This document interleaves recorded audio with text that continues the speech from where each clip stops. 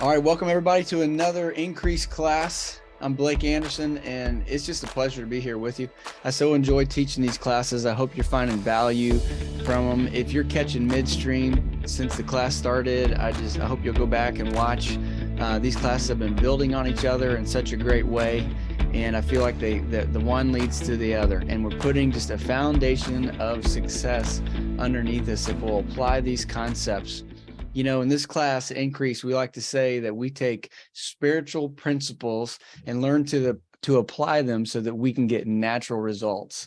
And really, we're looking for those natural results that the Bible promises. If you've read your Bible, you know that there's some bold statements that are made in there. It's not just a book of rules, it's a book of promises.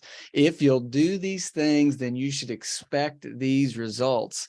And these things are often spiritual principles, and they're throughout. And so we're really looking at what are those spiritual principles that the Bible talks about, and how do we apply them so we can get those results that it promises. We call those in the Bible, they're called blessings. And don't we all want to be blessed? I know I do. And it's been kind of a lifelong search of mine to discover these principles, to seek the blessing of the Lord, to find out what it means to be blessed of the Lord. So thanks for joining us tonight. We're going to jump in. We're at step 3 of the biblical leadership blueprint. So if you haven't joined us for step 1 and 2, you can go back and watch the replays on YouTube. But we're step 3 of the biblical leadership blueprint, and that's prepare the road or the plan. And so we get the biblical leadership blueprint from a verse in Isaiah, chapter 57, verse 14. This was taught to me by a mentor, Colonel in the Air Force, Tom Capps, author, great man of God. And he said he found the verse that he believes spoke to leadership more than any other verse in the Bible. And as I've applied these to my life and the businesses I've been associated with, I've seen increase. And I hope that as you digest this Bible verse and we look into how to apply it, that you'll take this spiritual principle and increase your life as well. So let's reread this Bible verse so we see where's this blueprint come from and what is the biblical leadership blueprint. Isaiah 57:14 says, "And it will be said, build up, prepare the road, remove the obstacles out of the way of my people." So there's 4 things here: build up, prepare the road, remove the obstacles out of the way of my people. So this is a 4-step process for a holistic leadership blueprint. And hopefully after learning all 4 steps, you'll begin to feel empowered to start to lead others and hopefully move things in your life further down the field. As I've said many times in this class, that leadership is essential to increase. You will never do anything truly great on your own. It will be done with the company of others. It will be done as a team. And advancing causes and working as a team takes leadership. You know that we've also taught in this class that you can lead from wherever you are. Leadership is not a positional thing. We oftentimes think of it as positional, but leadership, as John Maxwell defined it, is influence. Nothing more, nothing less. Maxwell says if you don't have influence, you'll never be able to lead others. And isn't that true? We've all had bosses over us one time or another who had the title leader, but had no influence. We did not trust them to make decisions for us, and therefore we did not submit to their leadership. So if we want to be able to lead others, we've got to have trust built with them. We've got to have influence with them. They need to trust where we are taking them, trust the decisions that we are making on their behalf. And we can do that from anywhere. You can do that as a mom. You can do it as a dad. You can do it as an employee. You can lead your coworkers. You can lead your direct reports, and you can even lead up the chain of command and lead your boss. So there's ways to lead right where you are, because we all are leaders. And when you begin to understand the importance of leadership and the importance of your team, you know that people are a leader's most valuable asset. Your most valuable asset are the people around you, because they are truly the people that makes things happen. Even if you have all the money in the world, the money in and of itself will never get anything done. The money can buy other people's time, but it will still be people that will be your greatest asset when you have a project that you're trying to advance forward, or there's success or goal that you're after. Okay. So as we're developing our influence with others, we're growing in our leadership. In order to really have that influence and get people to say yes to us, we've got to get what we call buy-in. People have to be bought in. They have to agree. They have to say, yes, I will go with you. And really, you'll see that the first 3 steps of the leadership blueprint are about getting that buy-in. Because what you have to understand with people is fast is slow and slow is fast. If you try to rush something on people, you try to rush a decision, you try to skip steps because you're in a hurry, the fast way, the shortcut, will end up slowing you down. Because if everyone on the team is not completely bought in to the project that you're working on and the place that you're going, eventually someone will want to slow down or stop or get nervous. They'll dig their heels in and say, whoa, I'm not ready yet. But if you'll take the time to cultivate your influence, to get the buy-in from all the team, it feels slow. Sometimes it takes an extra meeting. It takes an extra week. It takes an extra month. It takes more people involved. But if you'll get all the buy-in, when all the hearts are united and everybody's ready and on the same page, you can do incredible things and you can accomplish them quickly. You can get to destinations fast when everybody is pushing in the same direction all at once, and it takes buy-in. So don't forget, with people, fast is slow and slow is fast. And so these first 3 steps, if you'll embrace them and really apply them into your leadership toolkit, you'll start to get influence with people. And the slow work of building that influence, you'll have buy-in where you can start recruiting people to your teams and accomplishing more things. So quick review, step 1 is build up your people. The first step a leader's got to do, they've got to build up their people. We build up our people by empathizing with them. We get down on their level. We see eye to eye with where they're at. We build up our people by encouraging them, by giving them confidence, by recognizing them for the gifts that they have and the value that they bring to our team. And we build up our people by equipping them. A leader has to take time to equip people, to get them properly trained into a new role, to maybe help them learn a new software, or to help them assimilate to the rest of the team and how everyone fits together. If you're like me, I was a part of a team once. I joined a new team that was full of really talented people, but they never seemed to get anything done. They never seemed to hit their deadlines. They weren't equipped with a process and a system that helped them work together. And so one of the first tasks that I had when I was asked to become a leader on that team is I needed to empathize with them. They had to know I was new. Though I was the leader, I was new. I needed to be on their level and they needed to trust me. I needed to encourage them. They needed to know that they were valued and I recognized the value they brought to the team. And then I had to equip them with new software, with new process, with new ways of doing things so that we could all relate and work well together. So the first step a leader has to do is you always are building up your people. Now that's the first step, whether you're starting a new team, first step, whether you're joining a new company, the first step, whether you're running a meeting or maybe you're just having a face-to-face one-on-one with the team member, the first thing you want to do is you want to build up that person, okay? Before you do anything else, we're getting their buy-in. We're getting influence with them. We're getting connected. The second step that a leader's got to do is they've got to build up the process. Now, I can only go so deep in this tonight, and so go back and watch the other steps so that you can dive deep into these steps because there's much more to it. I'm just skimming the surface, but a leader's got to build up the process. It's up to the leader to create a framework or a process or a way of doing business where the team is able to relate together. Oftentimes the mistake people made, I referred to it earlier, is we attract and we get a bunch of people excited to work together and we just tell them, go do something. Just do something. Just do whatever, do your thing. And that's not quite enough. And off, you can get someone super excited through building them up to want to conquer the world and run after the vision, but they'll stall out really quick if they're not given a process, if they're not given a framework to work within, if they haven't taken the time to really understand what success looks like and what the roles are and who's responsible for what and what are the deadlines and what's the way in which we're going to communicate. So this is the project management framework. I can't get into it right now, but watch step 2. This is a framework that I've used to build companies. I've used to build houses. I've used to build teams.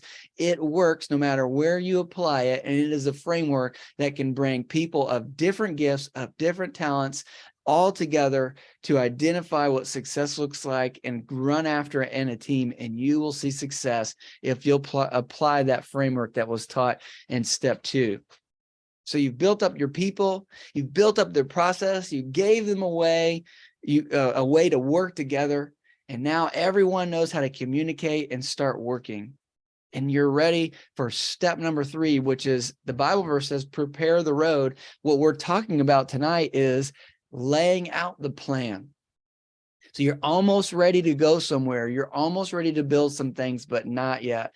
Now, after tonight, if you'll add these first 3 steps together, you'll be able to get buy-in with your team, and you'll actually be able to start marching down the field and leading them into successful things. So let's dig into step 3, prepare the road. So the final way that we achieve buy-in, we've got to lay out the plan. People on your team need to know, where are we going? What's the goal? What's the result of our effort? How do we know when we've achieved success? Like, what are we all committing to? So it's really kind of a 4-step process to lay out the plan. And I got these steps written behind me. Again, notes will be in the description and in the chat of the video. And so step 1, when you lay out the plan, when you're preparing the road, when you're making it a path for your team to move forward together, the first thing you've got to do as a leader is you've got to cast the vision. Okay. They need to know where you're going and what success will look like when they get there. And so the Bible really gives us wisdom on the importance of casting vision. In Proverbs chapter 29, verse 18, that says, where there is no vision, the people perish. Okay. Where there's no vision, the people perish. It doesn't mean the people die, but basically what it says is, where there's no vision, and that vision is prophetic vision. It's a destination point. When people don't know where they're going to wander astray. Instead of perish, they'll go unrestrained. They'll wander astray. So what a shame to bring some really talented people together who get really excited about your cause, but without the right vision, they wander astray. Or they end up starting fighting against each other, or they're working against each other, or they're working on things that don't seem to work and fit, and they get done with all this hard work, and it doesn't really add up to get us where we're trying to get to. So before you launch them into the project, you've got to do these steps, okay?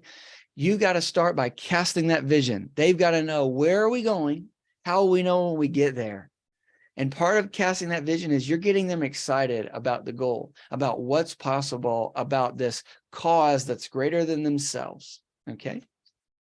Step 2, when we prepare the road, is we want to create the plan. So we know where we're trying to get to, but you as a leader need to lay out a plan to take us from where we're at today to get us to our future. Now, a lot of that you will do if you do the framework that we laid out in step 2. So that's a process, but that also can be the bones and the structure of the plan that you create, right? But it's the leader's job to create the plan. It should not be tasked to another team member to create the plan. Whoever's responsibility for the success needs to take responsibility for the plan. And you know the old adage, when you fail to plan, then you plan to fail. So there's another great Bible verse that speaks about the importance of having a plan, and that's Habakkuk chapter 2, verse 2.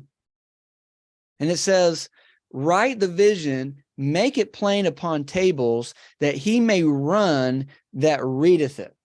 Write the vision, make it plain, that he may run that readeth it. So another way that we would apply this context is write the plan, and write the plan in a clear way that everyone can understand it. So when everyone on the team can see the plan, that they can run with it and that they're running in the right direction. Keith Cunningham says there's nothing worse than running enthusiastically in the wrong direction. And if you don't take the time to cast the vision or create the plan, often people in your team will run enthusiastically in the wrong direction. Maybe they're not running backwards, but if they're just 1 degree off over a long distance, they won't get there.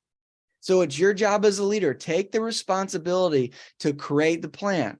Now, great leaders will bring their team together. They'll work some of that together, but it's still your job as the leader to take responsibility for the plan and make sure that everyone on the team is very clear about what that plan is and about what their role inside that plan is and how we're going to work together. They're not all going to just work with you. They might be working with each other and you're not around, but you might be responsible for their success. So I'll say this probably multiple times tonight, but as a leader, your success is in the hands of your team members, and their success is your responsibility. Okay? Your success is in their hands, and their success is your responsibility. And so you do that by casting the vision, and you create the plan, you lay it out, you give them a way to run with it. So after you've done that, comes step number 3, which is to blaze the trail. A leader has got to take responsibility for getting out front of everything. You see, people do what they see you do, not what they hear you say to do, right? You're setting an example as a leader. And so in order to get your team off on the right foot, then you've got to take the lead in that effort, okay? Oftentimes that means you've got to go first. Sometimes that means you need to be the first one in the office, and likely you're going to be the last one to leave, okay? You're going to be expected to blaze the trail, because if you just give people marching orders and assignments and you tell them, shoo, shoo, and then you go do something else, and they see that you're not working, how long do you think they're going to continue to work hard on your project if you're not joining in? Or if they don't see you putting in the same hours that they are, or they don't feel like you've got the same commitment towards getting there? They're going to feel like you've abdicated your responsibility. So like it or not, the leader's got to be the first one out of the foxhole charging towards the battlefield. And really blazing the trail for everyone to follow. So you cast a vision, we're going up over the hill. The plan is we're going to go through these trees. We're going to go up this trail. Now you've got to be running in front of them, blazing the trail and setting an example that they can follow. So I'll tell a story. This is often hard when you're the leader. In my first business, what was tough, I started hiring employees, and I was young, and some of the guys were older than me. And it was a construction business. And for a while there, I would work on site with the guys with my tools. But what I realized was they didn't understand it if I had to leave in the middle of the day to go to a meeting. And they never fully appreciated the fact that I had to stay up late doing proposals, because all they knew, if there was a time of the day when they were sweating it out and I wasn't there, that they were doing the hard work to make me rich. And it wasn't true. You know, the thing that I couldn't share with them is I got up at 6 a.m. so I could be at the lumber yard by 7 when they opened. So by the time they showed up at the job at 8, all the materials on site. And when they left at 4:30 to go home and take a shower and hang out with their friends and family, I was going to the office to write proposals. So your team will not see all the hard work that goes into being a leader, but you have no choice. They've got to see you blazing the trail if you expect them to follow you. All right, so you've cast the vision. We know where we're going. Here's the plan to get there, and we're all bought in. And you start blazing the trail as a leader, and you're showing them the way you're going, and they're following you. Now, the final thing that you need to do when you're preparing the road and you're getting that buy-in from your team is you've got to show them the future. You see, For people to stay bought in and on your team for long periods of time, they've got to know that what's in it for them. What's the future hold for them? What's the reward if we get there? And because if you can show your team a compelling future for them, if they'll help you accomplish that goal, then they will be committed and they will be loyal to you and they'll help you get there. You know, there's a couple Bible verses that shed light on this need that we have to see our future. And we normally read these Bible verses in terms of ourselves, but I want you to read these Bible verses in terms of a leader that's trying to motivate a team. From the leader standpoint, that's trying to get a team to commit or be bought into the project. And so some of these two Bible verses are very familiar, but I want you to think of them through a different lens. And the first one is Jeremiah chapter 29:11. Super popular verse. Probably you have it memorized. And it says, "For I know the thoughts that I think toward you, saith the Lord, thoughts of peace, not of evil, to give you an expected end." Now, if you're like me, you've taken comfort in that verse when you wondered, what's going to be my future? And you're praying to God, God, is there a future for me? Will it be good? What can I expect to happen in the end? And it's that verse that brought you comfort to know that God had a plan for your life. Well, see, as a leader, your followers need to know that you have a plan for them. They need to know that there's an expected end for them, that you're planning good things, that if you help them succeed, if they help you succeed, then there's a reward and a future in it for them. Okay. Maybe you're starting a business and you're recruiting your first employees. They need to know, if I put in these long hours, that as the company grows, I get to grow. Isn't that what we're all looking for when we get a new job and we commit to a new company? Like, what's the environment here? Is there ability for me to grow? If I excel at what I'm doing, can I get a promotion? Right. Well, your followers and your team members, even if they're your coworkers, are thinking the same thing. If we get there, what's in it for me? Is there a reason for me to commit here? So that Bible verse again says, "For I know the thoughts that I think toward you, saith the Lord, thoughts of peace, not of evil, to give you an expected end." So your followers need to know that you have an expected end and that you have good in mind for them if they'll commit to help you get there. Another Bible verse that I've used to take comfort in similar times in my life is Proverbs 13:12. And Proverbs 13:12 says that hope deferred maketh the heart sick, but when desire cometh, it is a tree of life. And I've used that to comfort me when I've gone through frustrating times. But see, we as leaders, we've got to know that whether our people succeed or not, that's our responsibility. The success of your people is your responsibility, and their commitment level to your project is also somewhat your responsibility. You've got to keep them bought in, right? So we do that through the step one of the blueprint that you can watch the replay of the video on YouTube. We do that by empathizing with them, by encouraging them and equipping them, but we also do that by showing them a future, right? So we have to embrace this Bible verse that tells us about the human heart. Now, we think about this in terms of our relationship with God, but we leaders got to understand our followers have emotions and feelings the same. So we have to know that if our follower feels like their hope, their desire, their goals, their rewards are being deferred, their heart's going to get sick, which means they're going to lose their commitment and they're not going to be as excited to continue your project. But we know this, the Bible verse says that when the desire cometh, it's a tree of life. So when we get what we want, we achieve that goal, it's life-giving to us. So it's our job as leaders to show a future to our team, because it's going to be life-giving. The hope of a reward, the hope of achieving something great is motivating. And then the thought that we would get there and that desire would cometh is motivating. And we need to show them that if we can get there together, that we're going to reap the rewards together. So let's do a quick recap of preparing the road. Your third step as a leader, okay? So hopefully by now, if you're in a meeting or you're starting a new team, you've done step one, you've built up your people, right? You've encouraged them, you've empathized with them, you've equipped them for success. You've done step two, you created a process. You've put a framework together for how y'all are going to work together to achieve great things. And in step three, you've created a plan for them to succeed and for everyone to move forward.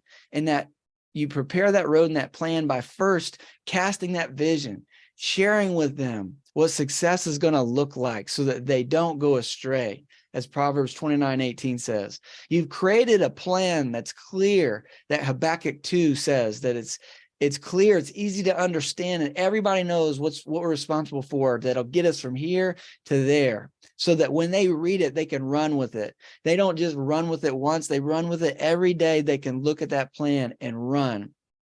That you as the leader, that your followers and your team members seeing you running out front, blazing the trail for them to follow, inspiring them with your actions and with your dedication. And all along the way, continuing to show them that there's a future for them, that there's a reward when we get there, that there's a success for us all to share. Now, if you'll do those three things, then you'll have influence in your team, with your team, which means you're a leader. You'll have buy-in from your team members, which means they're committed to you. And then you'll be ready to start going places. You'll be ready to see increase, not just for yourselves, but for those around you. And if you start bringing increase through a team and your team members start increasing because of your leadership, they're going to continue to want to join you with greater and greater projects, and you'll see your influence grow, and you'll see the increase grow that comes into your life. So join me next week for step 4 of the biblical leadership blueprint, as we put what I think is really the secret sauce of leadership. It's rarely taught, but it's a unique skill that if you'll do this, you'll begin to see even greater results, and that's to remove the obstacles out of the way of my people. Join me next week on Wednesday.